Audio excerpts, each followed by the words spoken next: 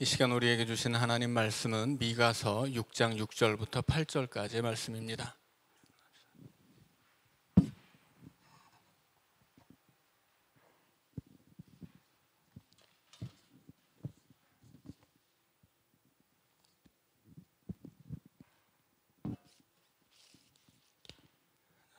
미가서 6장 6절부터 8절까지 우리 한 목소리로 같이 읽겠습니다.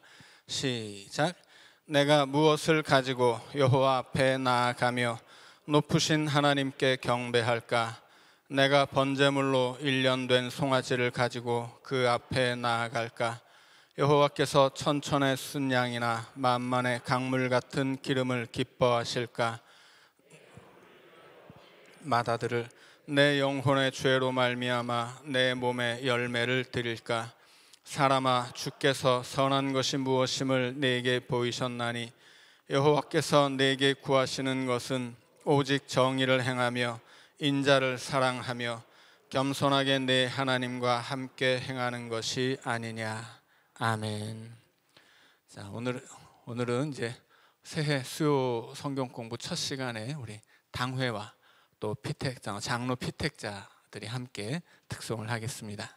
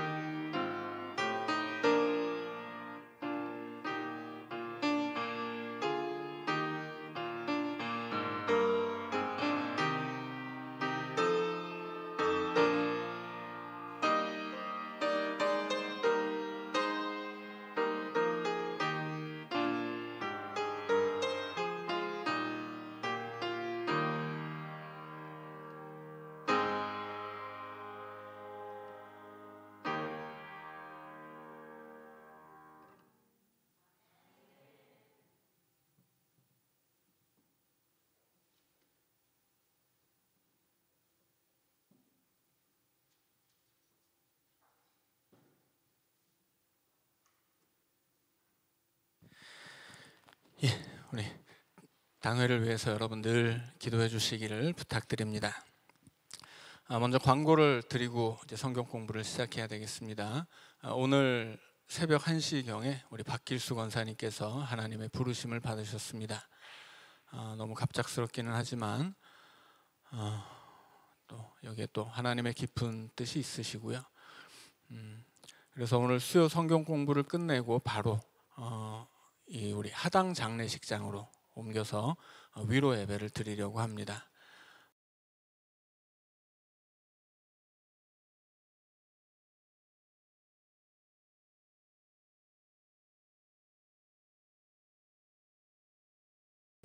우리 박희수 권사님의 장례 예배 여러분들 많이 참여해 주시기를 부탁드립니다.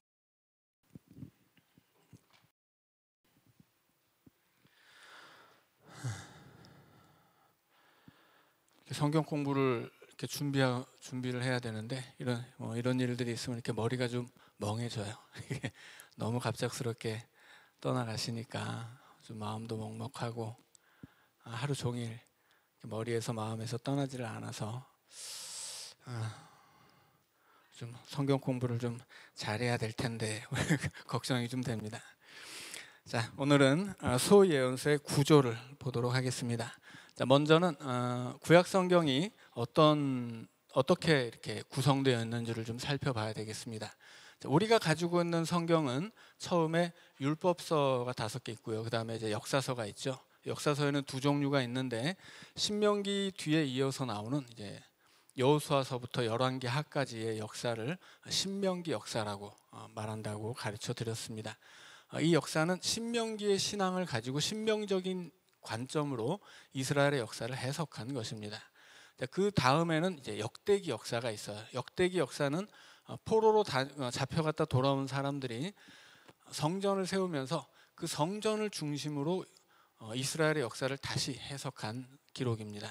그래서 역대기 역사에서는 북왕국의 역사는 나오지 않습니다. 왜냐하면 북왕국은 예루살렘 성전이 있음에도 불구하고 북쪽으로 가서 우상 숭배를 한 우상의 왕조이기 때문에 역대기에서는 아예 다루지를 않습니다.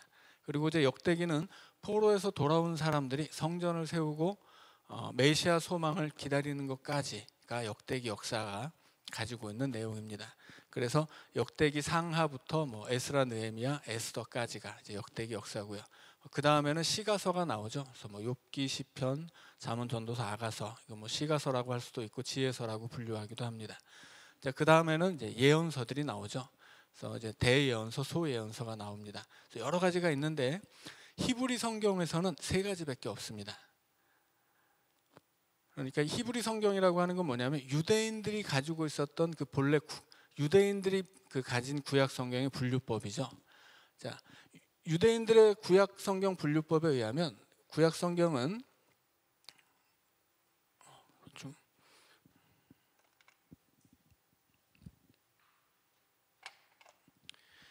처음에 율법서가 있습니다. 율법서는 우리가 잘 알죠. 창세기부터 신명기까지입니다. 자, 그 다음에는 예언서가 있습니다. 그런데 우리가 분류하는 예언서와 유대인들이 분류하는 예언서는 좀 다릅니다. 어떻게 다르냐면 이 예언서에 전기 예언서가 있고요, 후기 예언서가 있습니다. 자, 전기 예언서는 무슨 책들이냐면 여호수아서부터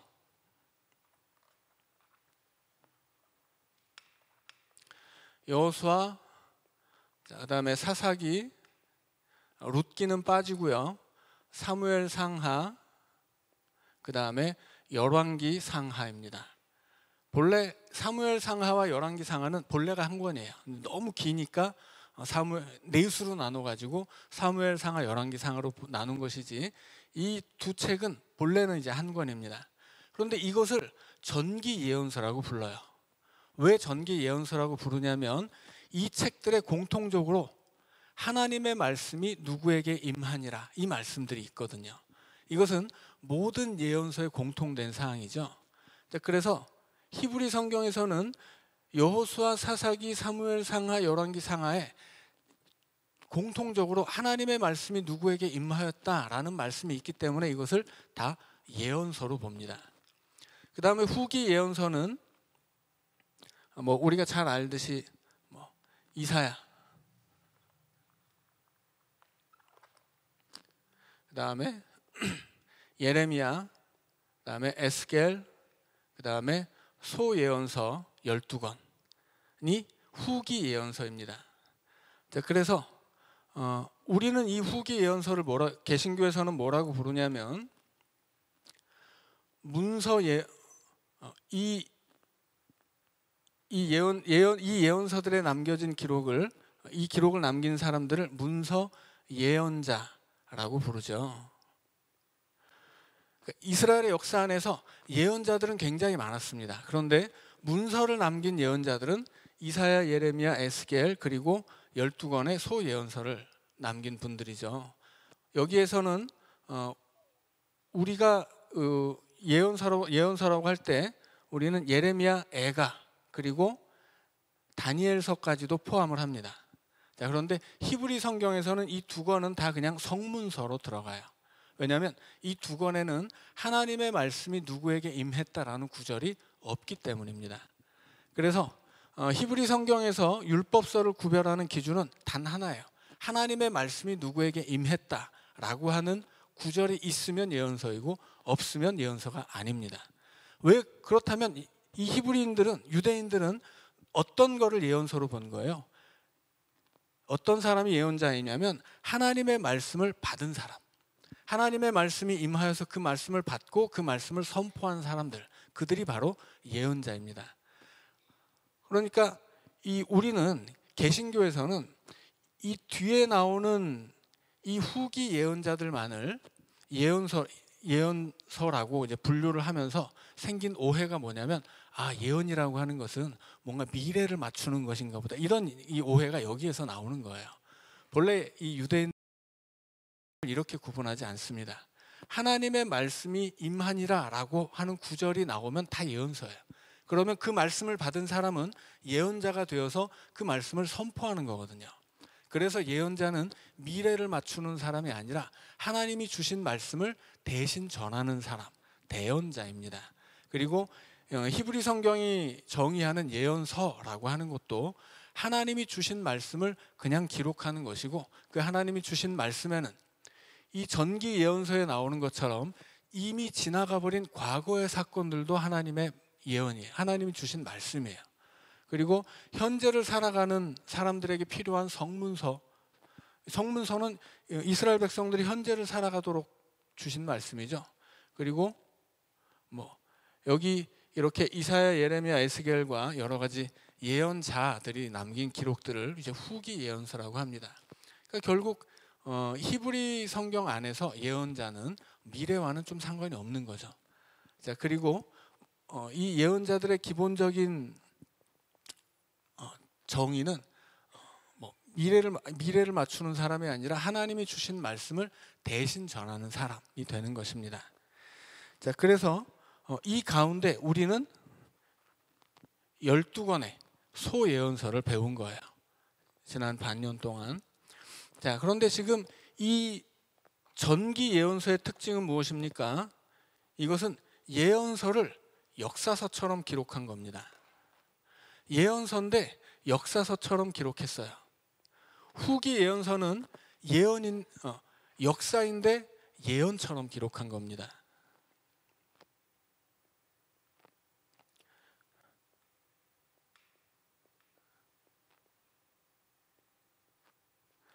자, 그래서 이렇게 전기 예언서와 후기 예언서로 나눌 때 우리는 여호수아, 그러면 여호수아가 했던 일이 뭐냐, 이런 데 초점을 맞추죠.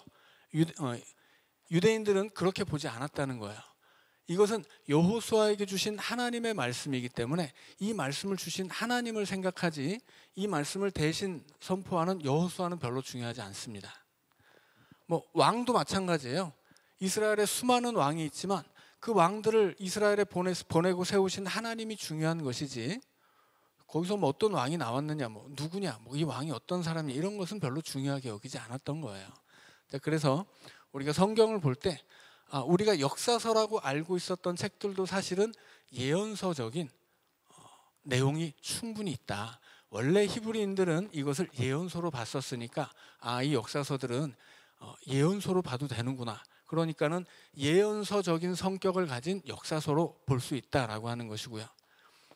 이 후기 예언서들은 마치 예언만 하는 것 같은데 그렇지 않다라고 하는 거예요. 이것은 예언서 같지만 이스라엘의 역사를 그대로 보여주고 있다라고 하는 거죠. 그래서 열왕기 하에서는 이스라엘의 멸망으로 끝납니다. 그런데 예언서로 넘어오면 이스라엘의 멸망의 과정을 향해 가는 역사부터 이스라엘의 멸망과 그 이후의 사건들까지 기록되어 있죠. 그래서 이 후기 예언서들을 통해서 우리는 열왕기에서 끝난 이후의 역사를 볼 수가 있어요. 그런데 열왕기 이후에 이어지는 역대기 역사를 통해서 이스라엘이 멸망한 다음에 어떤 일이 있었는가도 볼 수 있거든요. 그런데 왜 이거 두 개를 연결하냐면 이 두 가지는 전기 예언서와 후기 예언서는 공통적으로 신명기에 기반하고 있기 때문입니다. 자, 그래서 이 신명기 이후에 나오는 여호수아, 사사기, 사무엘, 상하, 열왕기, 상하를 신명기 역사라고 말씀드린 것처럼 이 이사야, 예레미야, 에스겔 12권의 소예언서도 신명기적인 신앙을 가지고서 이스라엘의 역사 속에 하나님이 주신 말씀을 선포하는 예언자들입니다. 그래서 이것은 공통적으로 다 신명기를 기반으로 하고 있는 책들이에요. 그래서 우리가 금요일날 성경 통독에서도 신명기라고 하는 책은 그야말로 구약에서 그 어떤 책과도 비교할 수 없는 가장 중요하다 한 책이다라고 말씀을 드렸습니다. 그래서 우리가 배운 소예언서가 이 전기 예언서, 후기 예언서 이 안에 마지막 부분이라고 하는 것을 이해하셔야 되겠고요.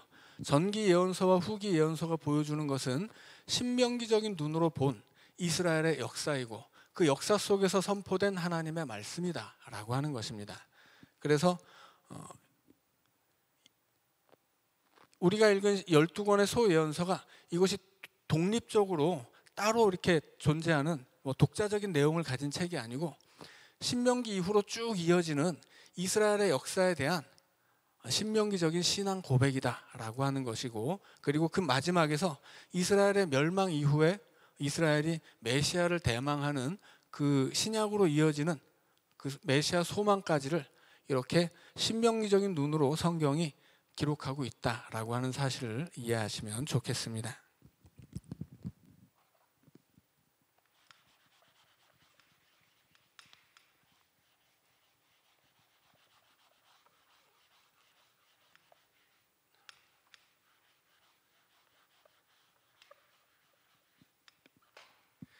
자, 그리고 이제 우리가 배운 12권의 예언서가 어떤 구조로 되어 있는지를 좀 보겠습니다. 처음에 제가 말씀드린 이 소예언서를 설교에 가면서 12권의 소예언서는 3부작이라고 말씀을 드렸죠. 자, 1부는 처음에 호세아가 나오고요. 그 다음에 요엘 나오죠. 그 다음에 아모스, 그 다음에 오바댜. 발음도 어려운 오바댜는 아바드야라고 말씀드렸죠. 하나님을 예배하는 사람. 그래서 이게 1부예요. 그리고 2부는 그 다음에 요나, 그 다음에 미가, 나훔, 하박국입니다.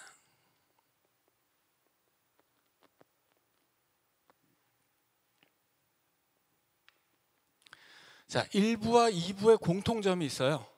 이것은 뭐냐면 멸망 이전이라는 것입니다.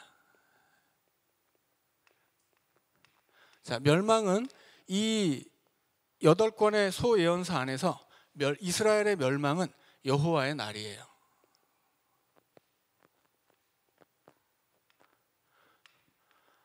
하나님이 심판하시는 날이죠. 하나님이 심판하시는 여호와의 날이 소예언서 안에서는 이스라엘이 멸망하는 날입니다. 그리고 소예언서 이후에 이 이스라엘의 멸망을 통해서 세상의 종말까지 이제 바라보고 있는 거죠. 자, 그런데 우리가 지난 시간에도 배웠듯이 여호와의 날은 심판의 날이 아니었어요. 이 날은 심판의 날이 아니고 징계의 날입니다.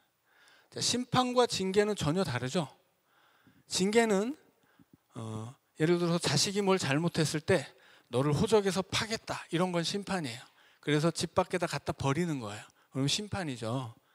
징계는 뭐예요? 잘못한 아들을 너 일로 와, 몽댕이 몽댕이 찜질을 하고 용서해 주는 거예요. 그러니까 심판은 죄의 대가를 그대로 받는 것이라면, 징계는 죄 지은 아들을 고쳐주기 위한 방법이에요. 이게 왜 여호와의 날이 왜 징계였습니까? 지난 시간에 배웠죠. 언약 때문이에요. 언약에는 두 종류가 있는데, 하나는 행위 언약이고 다른 하나는 은혜 언약이죠. 행위 언약은 행한 대로, 죄 지은 대로 심판을 받는 인과응보의 공의입니다. 그런데 하나님에게는 공의만 있는 게 아니라 인애도 있어요. 사랑도 있는 거죠. 그래서 하나님은 행위 언약 이후에 은혜 언약을 주세요. 그래서 그 은혜 언약이 노아 시대부터 죄 지었지만 내가 이 창조된 세상 다시 허물지 않겠다, 창조 세계, 창조 질서의 보존의 약속을 하시고, 그 이후로 아브라함, 또 모세, 그리고 다윗을 거쳐서 이제 예레미야를 통해 새 언약을 예언하시고, 그 다음에 신약으로 오면 예수 그리스도에게서 새 언약이 성취되죠. 자, 그래서 그 모든 것이 은혜 언약이에요. 이 은혜 언약을 통해서 이스라엘 백성들은 하나님이 택한 백성이라 하나님이 그 언약을 기억하시고 징계할지언정 버리지 않습니다. 죄 지을지언정 버려지지 않아요. 우리는 그것을 모든 그 이스라엘의 역사를 통해서 알 수 있죠. 자, 그래서 이 1, 2부의 공통점은 뭐냐면, 멸망 이전에 여호와의 날을 중심으로 기록한 책들이에요. 그래서 지난 시간에 이렇게 이스라엘의 역사를 이렇게 표현했었죠. 여기가 이제 멸망이라면 1, 2부의 책들은 여기쯤에서 이 멸망을 바라보고 기록한 책들입니다. 자, 그래서 이 시대의 이 선지자들을 우리는 히브리인들은 후기 예언자 이렇게 불렀고, 우리는 문서 예언자 그렇게 부릅니다. 문서를 남겼다 하는 거죠. 문서를 남기신 분들 중에 긴 글을 남긴 분들은 대예언자, 짧은 글을 남긴 분들은 소예언자, 이제 그렇게 구별을 했습니다. 자, 그런데 1부와 2부를 이렇게 나누는 이유가 있어요. 왜 이렇게 나누냐면, 공통적인 그 형식이 있기 때문이죠. 자, 1부를 보니까 호세아, 요엘, 아모스, 오바댜가 있는데, 호세아의 내용은 뭡니까? 이것은 인애예요. 인애인데 어떤 인애냐면, 하나님을 향한 인애를 회복하라 하는 명령이 호세아서의 내용이었습니다. 그래서 호세아 선지자를 고멜하고 하나님이 결혼시키면서 너 절대 고멜을 버리지 말고 되찾아와라, 이렇게 이야기하죠. 그것이 이스라엘을 향한 하나님의 사랑이에요. 그래서 고멜과 호세아의 관계를 통해 고멜 같은 이스라엘을 여전히 사랑하는 하나님을 보여주시고, 그리고 너도 하나님을 사랑해야 한다, 인애를 요구하는 것이 호세아서입니다. 자, 그 다음에 하나님이 인애만을 원하는 게 아니라 이스라엘 백성들에게 뭘 원하시냐면 정의를 원하세요. 정의는 단적으로 가장 단순하게 말하면 공정한 재판을 정의라고 합니다. 그런데 이것은 기본적으로 이웃에 관한 이야기예요. 이웃에게 정직할 것, 그리고 이웃을 해치지 말 것,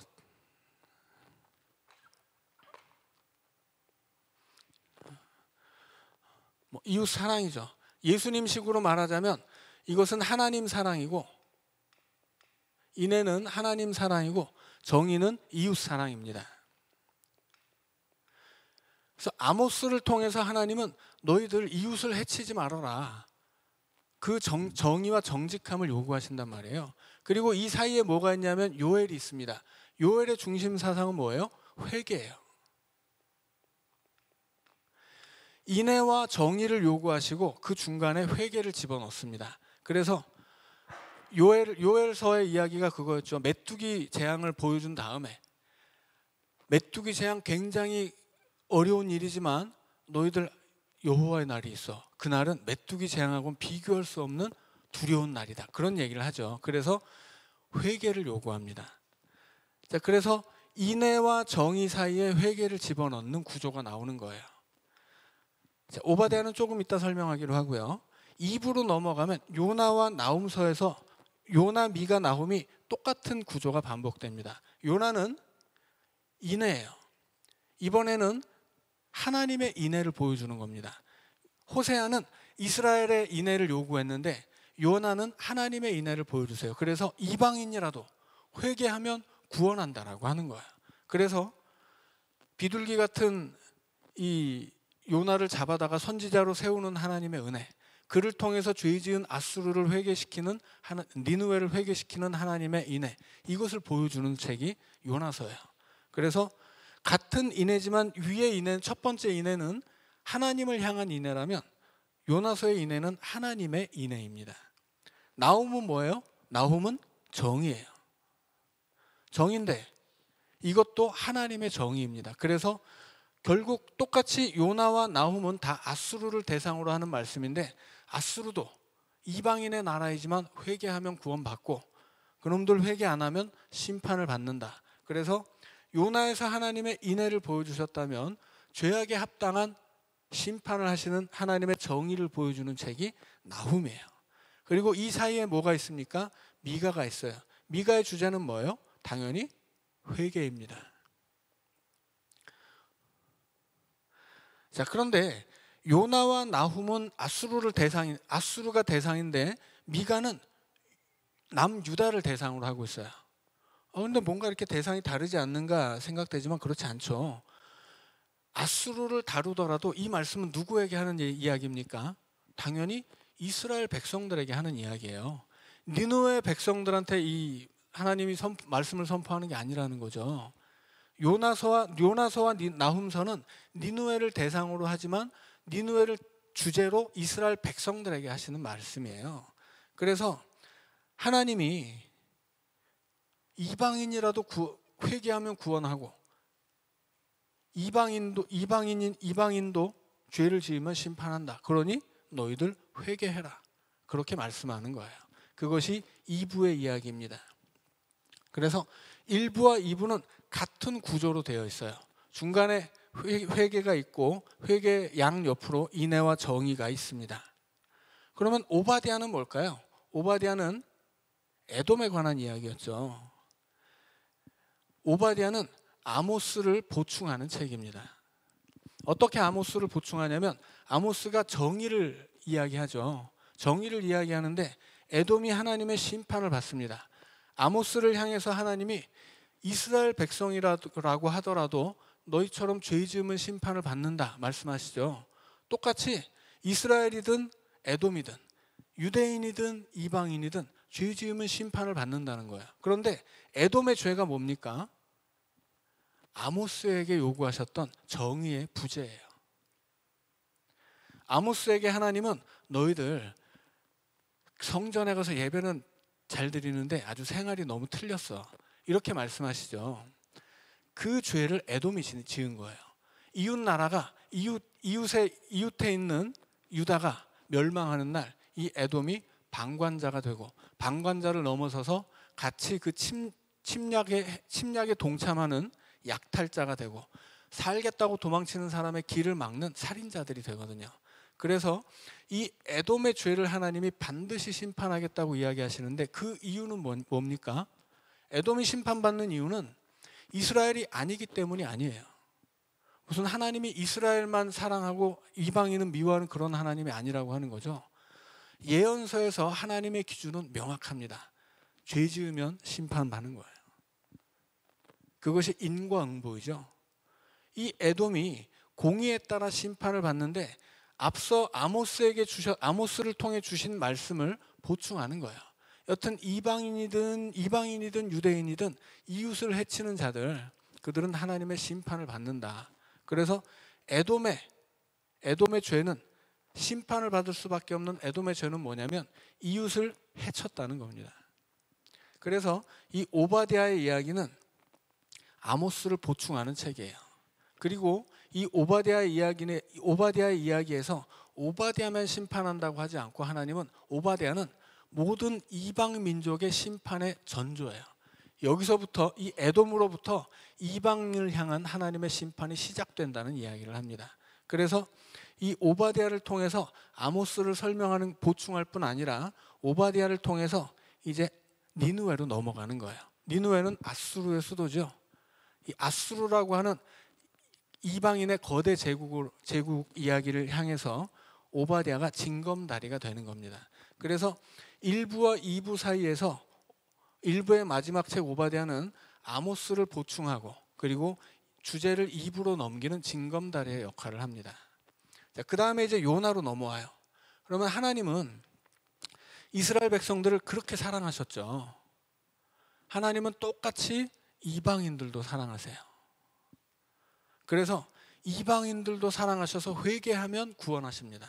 그리고 이방인들이 회개할 수 있도록 선지자를 보내주세요. 그 선지자의 역할을 맡은 사람이 요나였죠. 애초에 이스라엘이 시내산 언약에서 하나님께 부여받은 사명이 뭐예요? 제사장이에요. 하나님과 세상 사이에서 중보자의 역할을 받은 것이 이스라엘입니다.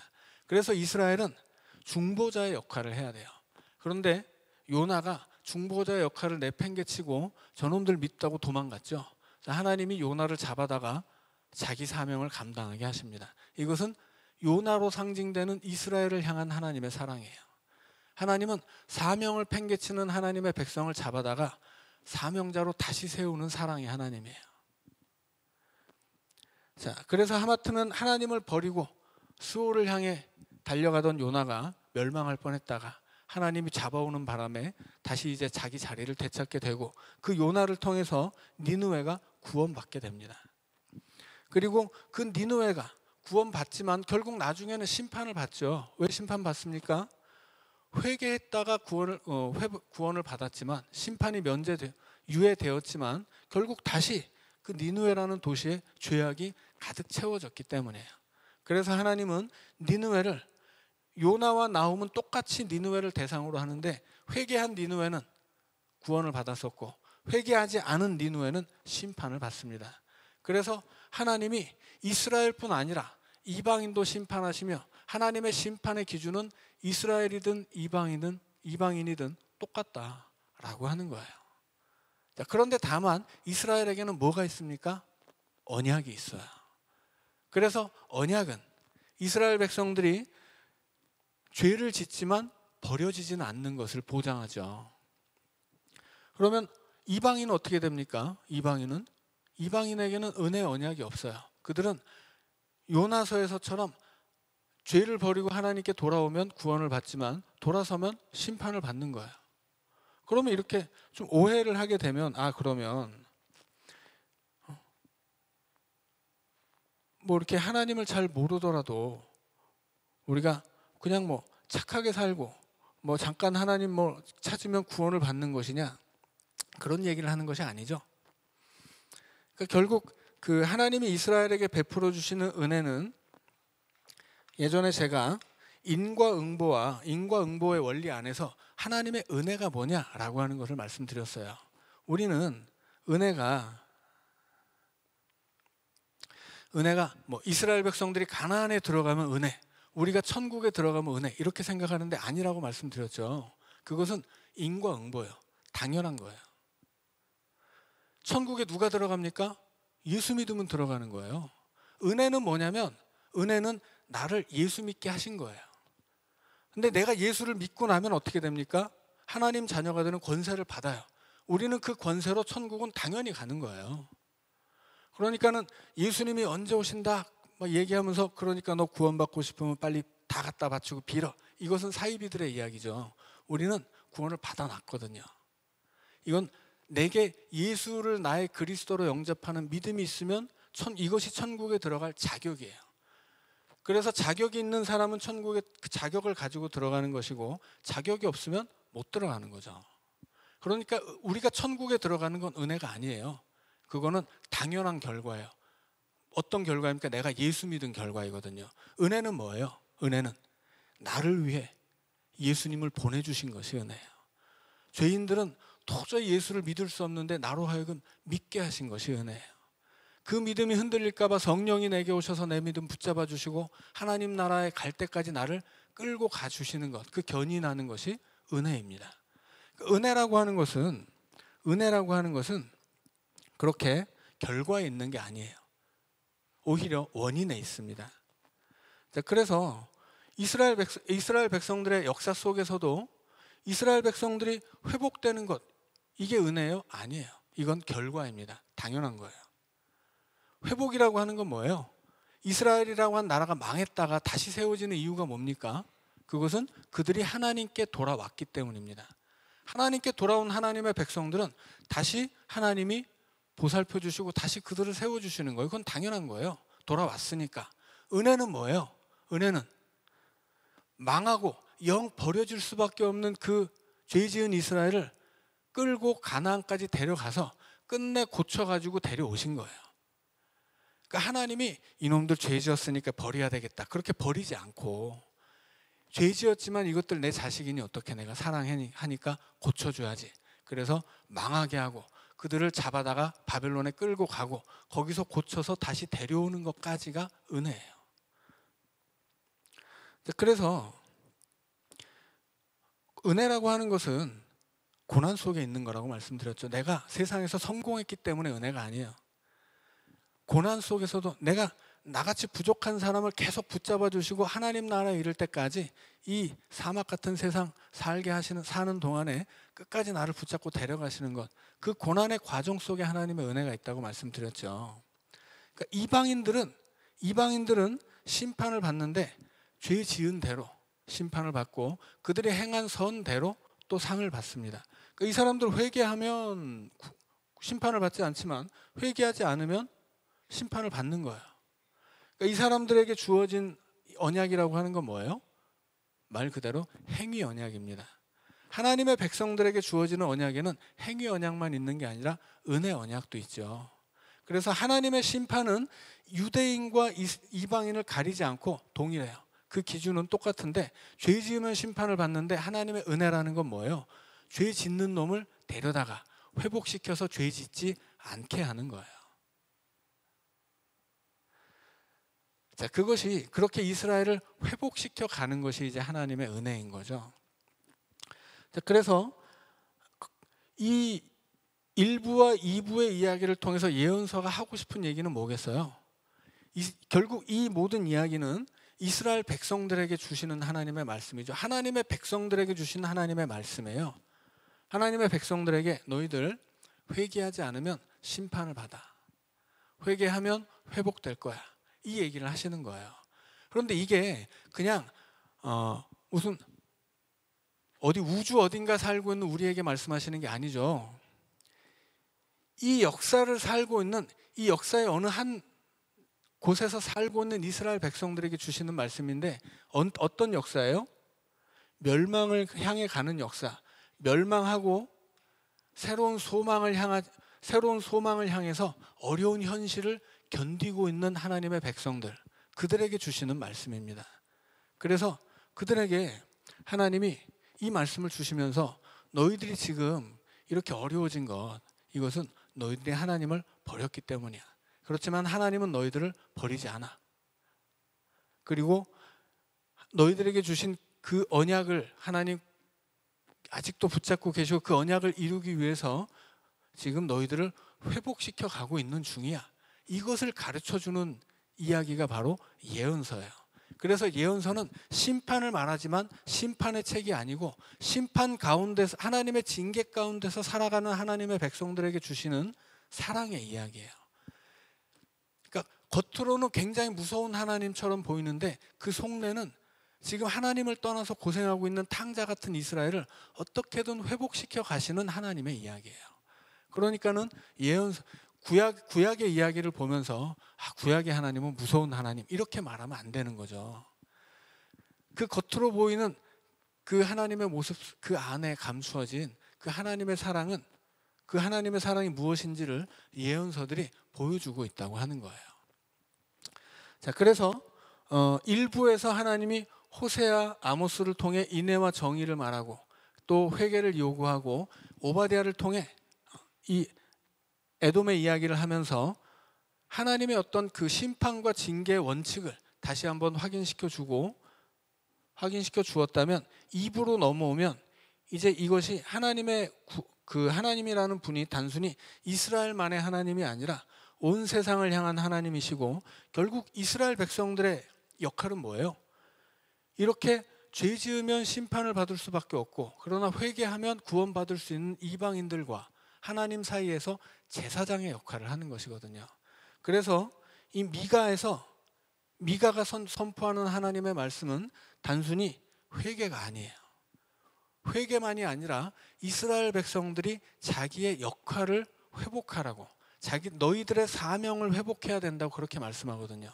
근데 그 사명의 대상은 누구예요? 자기 자신이 아니에요. 이스라엘 백성들은 하나님의 은혜의 언약을 가지고 있었거든요. 이들은 죄를 지어도 징계를 받지만 심판을 받지는 않는단 말이에요. 그러니까 하나님이 이들에게 요구하는 회개, 그 회개를 통해 회복해야 될 그들의 사명은 자기 자신을 향한 게 아니라 그들을 통해 구원받아야 할 이방인들을 위한 것입니다. 그리고 하박국으로 넘어오면 하박국이 막 하나님한테 반항을 하죠. 하나님, 도대체 세상에 이게 뭡니까? 악한 놈들 이렇게 잘 살고 악할수록 잘 사는 게 도대체 말이 됩니까? 그래서 하나님이 야, 악한 놈들 더디지만 기다려라. 심판 반드시 받는다. 그 말씀을 하세요. 그래서 의인은 믿음으로 사는 것이다. 심는 대로 거두는 그 인과응보의 원칙은 절대 사라지지 않고 없어지지 않는다. 선한 것을 심으면 선하게 거두고 악한 것을 심으면 악하게 거둘 것이다. 다시 한번 확인해 주시죠. 그리고 지금 요나와 나훔이 이야기한 니느웨로 상징되는 아수르라고 하는 거대 제국이 어떻게 될 것인지를 하박국을 통해서 설명해 주세요. 그래서 1부에서도 인애와 공의와 회개를 이야기했다면 2부에서도 인애와 공의와 정의를, 인애와 공의와 회개를 이야기한 다음에 하박국이 보충 설명을 합니다. 자, 그래서 이 12권의 소예언서는 이렇게 3부작으로 나뉘어서 1부의 4권, 2부의 4권이 있다고 말씀을 드리는 거예요. 공통적으로 같은 구조를 통해서 이스라엘과 이방인을 향한 하나님의 심판과 구원의 이야기를 하기 때문입니다. 자, 그리고 이제 3부로 넘어가면 시대가 달라져요. 12권의 소예언서는 연대기적으로 편집되어 있는 것은 아닙니다. 그러니까 대략 한 70% 정도는 연대에 따라서 배열이 되어 있기도 하지만 그 안에는 연대와 상관없이 주제별로, 예를 들어서 요엘 같은 경우에 이것은 많은 신학자들이 훨씬 더 호세아나 아모스보다는 후대 책으로 기록된 책으로 보지만 여기에 집어넣은 이유는 주제를 맞추기 위해서예요. 그래서 인애와 공의 사이에 회개를 집어넣기 위해서 시대는 다르지만 다른 시대의 요엘 선지자의 이야기를 여기다 집어넣은 거예요. 그러니까는 이게 100% 시대별로 되어 있는 게 아니라 가장 중심적인 것은 하나님의 심판과 구원에 관한 이야기를 이스라엘의 역사 속에서 설명하기 위해서 주제별로 정리했다라고 생각하시면 됩니다. 그 주제별로 정리하다 보니까 대략적으로 연대기적으로 배열된 것도 많이 있지만 그 안에는 연대기 수는과는 좀 상관없는 이야기들도 있다라고 생각하시면 되겠고요. 그 다음에 이제 3부로 넘어오면 시대가 달라져요. 3부로 넘어오면 어떤 시대입니까? 멸망 전이 아니라 후예요. 자, 이스라엘의 역사가 이렇게 돼 있고 여기가 이제 멸망이라면 이 멸망과 동시에 포로기를 겪죠. 70년의 포로 생활을 합니다. 그리고 다시 가나안으로 돌아와요. 다시 가나안으로 돌아오는 사건을 제2의 출애굽이라고 말씀을 드렸습니다. 이 70년의 세월 동안 어떤 일이 있었냐면 이스라엘 백성들이 다시 하나님을 찾는, 하나님께 돌아오는 역사가 일어납니다. 이 기원전 700년대 중반에서부터 예언자들이 그렇게 요구했던 하나님께 돌아와라 라고 외쳤던 그 말씀들이 비로소 멸망을 거치면서 이 바벨론의 포로로 잡혀가서 중내산해하는 상황 속에서, 그 고난 속에서 그들의 믿음이 회복되는 거예요. 자, 그래서 다시 돌아와서 이 돌아온 백성들이 성전을 짓는 이야기가 학개와 스가랴 이야기였죠. 이제 3부의 첫 책은 스바냐이고 두 번째는 학개, 세 번째는 스가랴, 네 번째는 이제 말라기입니다.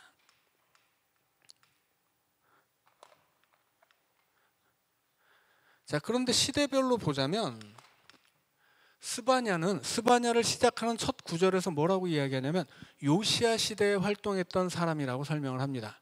요시야는 이스라엘의 역사가 이렇게 있으면 여기쯤이에요. 요시야는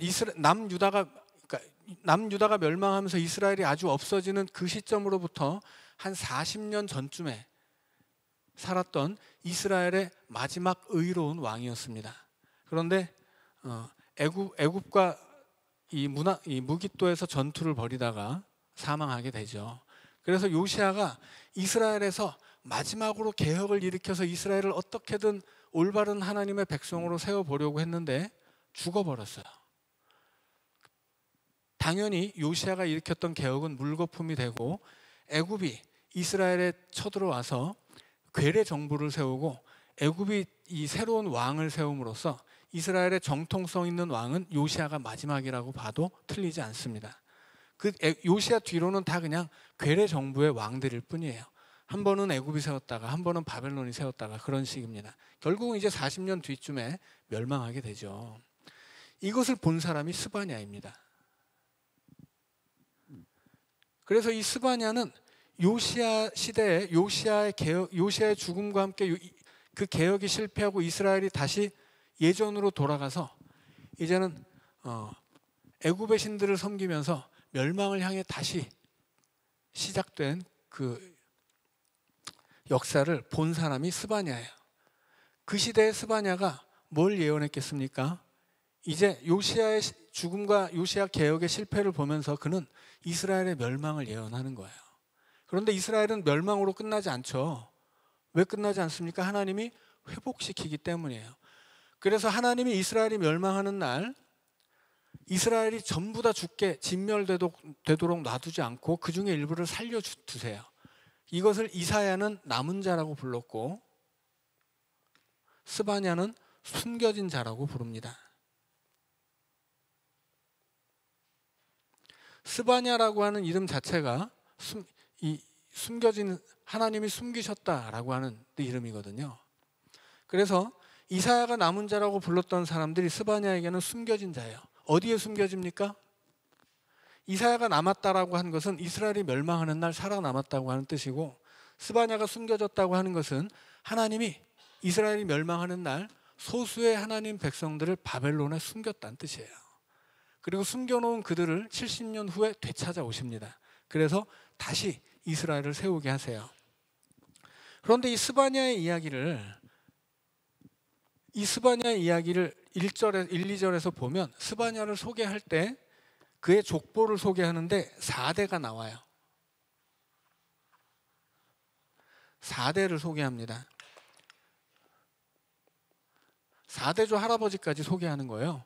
이 4대조 할아버지까지 소개하는 것은 이스라엘의 역사가 이거라면 이스라엘이 멸망하고 포로로 70년 잡혀갔다가 돌아왔을 때 그때 사람을 소개하는 방식이 4대까지 거슬러 올라가서 소개하는 거였어요. 왜냐하면 바벨론에까지 잡혀갔다 돌아와 놓으니까 이 사람이 진짜 정통성 있는 유대인인지 아니면 어디 무슨 이방인의 피가 섞인 것인지 모르거든요. 그래서 족보를 가져다가 이 사람은 진짜야. 이 사람은 이 4대조 조상이 누군가를까지 그렇게까지 밝혀가면서 이 사람은 정말 유대인이 맞아. 이렇게 소개하는 게 이 시대의 사람 소개 방법이었어요. 그래서 이 스바냐는 요시야 시대의 사람인데 이 스바냐의 이야기를 읽음으로써 우리는 뭘 알 수 있냐면 요시야 시대에 했던 예언을 포로기에서 돌아온 사람들이 그 시대의 언어로 다시 기록했구나라고 하는 걸 알 수 있습니다.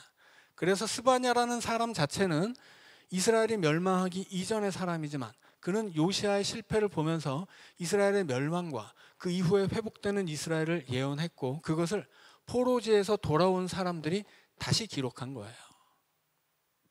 그래서 3부의 첫 권은 스바냐서이고 스바냐는 요시야 시대의 사람이지만 이 스바냐가 3부의 다른 학개와 스가랴, 말라기처럼 똑같이 포로기 이후의 시대로 편입되는 겁니다. 그래서 지금 이 3부는 여호와의 날 이후예요. 그러니까 스바냐의 예언 자체는 여호와의 날 이전에 기록됐지만 스바냐서는 여호와의 날 이후에 다시 기록된 하나님 말씀이다라고 하는 것입니다. 그래서 소예언서의 3부는 스바냐, 학개, 스가랴, 말라기인데 바벨론에 잡혀갔다가 돌아온 사람들이 쓰는 책이에요. 특별히 학개는 예언이죠. 그리고 스가랴는 묵시입니다.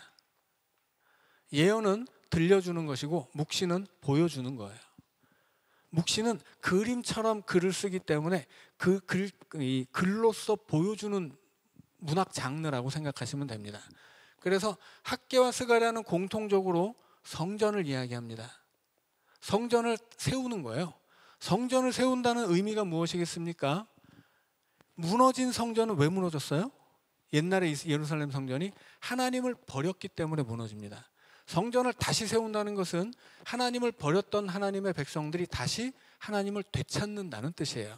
그래서 성전은 다른 말로 하면 회개예요. 회개는 뭡니까?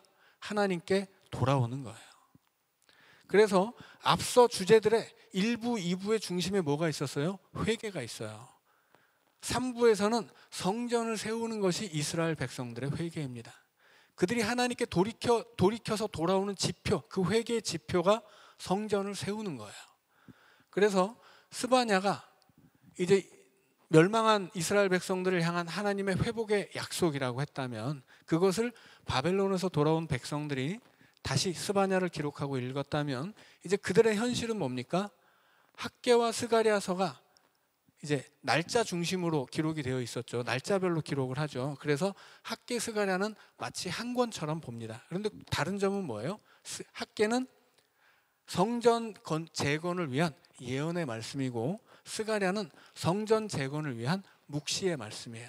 그래서 학개가 하나님의 말씀을 들려준다면 스가랴는 하나님의 말씀을 보여주는 책입니다. 주제는 똑같아요. 방식도 똑같습니다. 날짜별로 성전의 재건을 위해서 주시는 하나님의 말씀이에요. 그리고 말라기는 뭡니까? 말라기는 성전이 지어진 이후입니다. 성전이 지어졌지만 이스라엘은 회복되지 않아요. 왜냐하면 말라기의 기록을 통해서 보자면 성전이 회복됐지만 성전에서 예배가, 성전에서 신앙이 회복되지 않았기 때문입니다. 여전히 그들은 성전만 지어놓지 다시 하나님을 버리게 됐어요. 그 이유가 뭘까요? 말라기서에 와서 이렇게 학개와 스가랴 시대에 그렇게 죽자고 성전을 지었는데 다시 하나님을 버리게 된 이유가 뭐예요? 그것이 바로 이방인 때문입니다. 이스라엘 백성들이 바벨론에 잡혀갔을 때 바벨론이라고 하는 나라 자체가 이방 나라예요. 이방인의 나라에서 이방인의 다스림을 받고 살다 보니까 이 이스라엘 백성들이 이방의 문화를 받아들이게 됩니다. 그래서 이스라엘 백성들이지만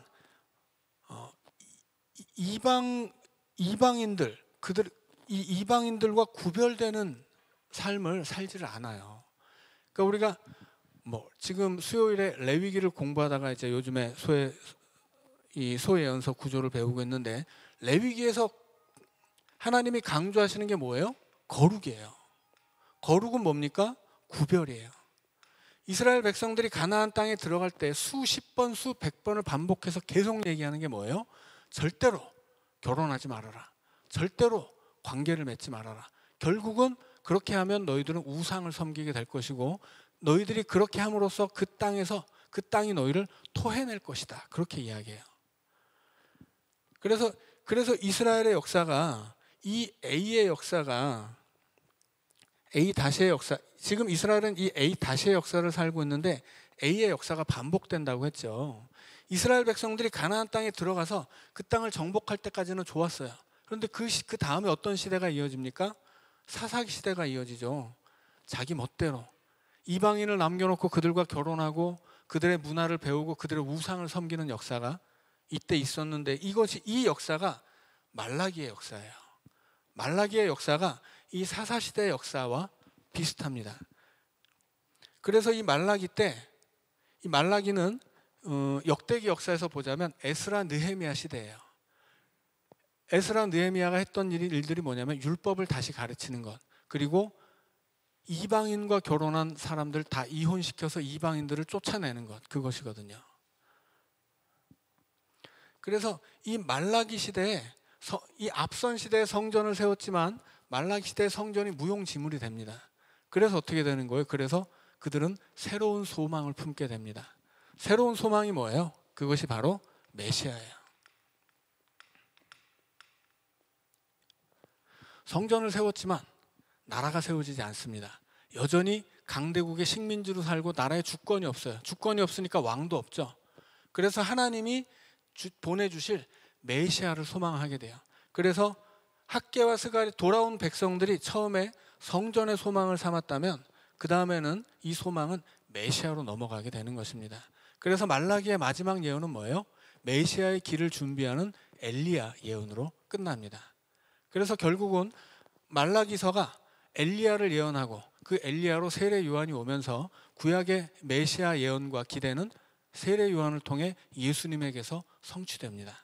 그래서 이 소예언서가 결국 이 소예언서의 3부에서 하나님은 이 이스라엘 백성들이 성전을 회복함으로써 하나님께 돌이킬 것을 명령하시지만 성전을 세웠어도 끝내 하나님께 돌아오지 못한 이스라엘 백성들을 위해서 하나님은 메시아를 약속하세요.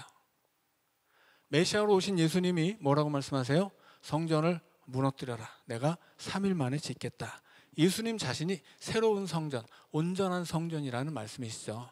그래서 이스라엘 백성들이 그렇게 하나님 앞에 회복되기를 원했었던 그 모든 소망들, 그리고 구약에서 했던 그 모든 예언들이 이제 그들이 기대했던 메시아로 오신 예수 그리스도를 통해서 성취되고, 이 예수님이 십자가에서 새 언약을 성취하심으로써 구약의 모든 행위 언약과 은혜 언약을 아울러서 통틀어 이제 예수 그리스도의 십자가에서 성취되는 것입니다.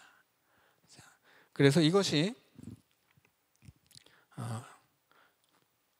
그래서 우리가 소예언서는 12권인데 1부, 2부, 3부가 있고 1, 2부는 여호와의 날 이전이고 3부는 여호와의 날 이후인데 3부에서는 포로로 잡혀갔다가 돌아오는 이스라엘 백성들이 회복될 것이라고 하는 희망의 말씀을 스바냐서가 주고, 그리고 학개와 스가랴에서는 이 회개의 지표였던 성전을 세우는 이야기이고, 그 성전을 세우는 이야기가 날짜별로 일목요연하게 정리되어 있되, 학개는 예언으로, 스가랴는 묵시로 주셨으며, 그리고 성전이 세워진 다음에는 말라기의 말씀을 통해서 결국은 가나안으로 돌아와도 안 되고 성전을 세워도 안 되는 이스라엘 백성들이 어떻게 하면 그들의 소망이 이루어지느냐? 결국은 메시아다.